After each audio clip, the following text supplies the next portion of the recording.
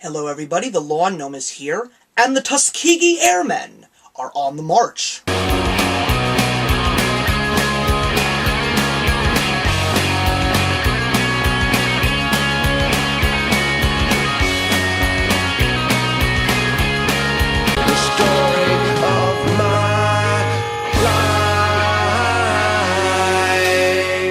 I went to see my first film that was one of my 30 anticipated films in 2012, and that was the George Lucas-produced film Red Tails. Now, I wanted to see this movie because, as I had said previously, this was a movie that George Lucas had been talking about since 1985 because the dogfights of World War II were something that influenced the dogfights of the X-Wing fighters in Star Wars. So anything that is linked to Star Wars is always something that I'm interested in seeing. I also did mention that this movie really didn't look so glamorous, but just because of that little fun fact, it was something I wanted to see. And I did.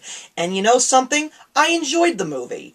What really did not work for me was the fact that it was backed by George Lucas, and since he doesn't know how to write a script, and you can definitely see that from his previous work, the dialogue was a little bit weak, and the story had a couple of dead spots that kind of made you try to attempt to stay awake in the theater.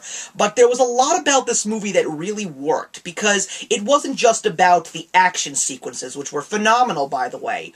And it also wasn't because of the fact that it starred Cuba Gooding Jr. and Terrence Howard and Bryan Cranston, because even though those guys were in this movie, these guys had very, very small roles in this movie. Bryan Cranston only had 2 scenes in the movie, even though he was great.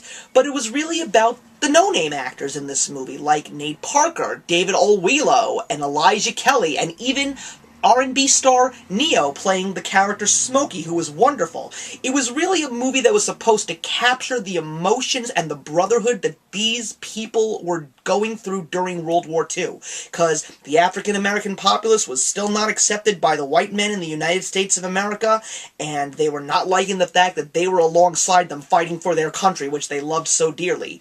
But it was really about these pilots and the compassion that they had when you saw them on screen.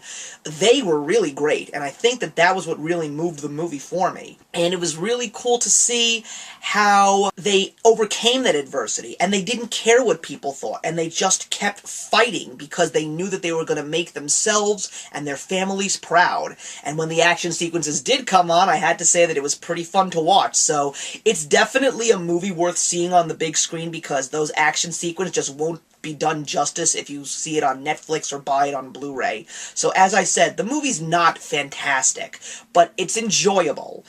There are a couple of scenes that will really yank at your heartstrings and really make some very unexpected emotional things come out, so definitely go see it on the big screen. I'm going to give it 2 out of 4, but yeah, it was an enjoyable movie, and I'm glad that I saw it. So that's it, guys. Comment, like, and subscribe, and the question that I want to leave with you today is, Denzel Washington is coming out with a new movie with Ryan Reynolds called Safe House, and I really don't know what to make of it. I'm not really a big action movie kind of guy. So if you want to see it, and you do, why don't you send me a video response or just send me a comment letting me know how it is. Remember that actions speak louder than words.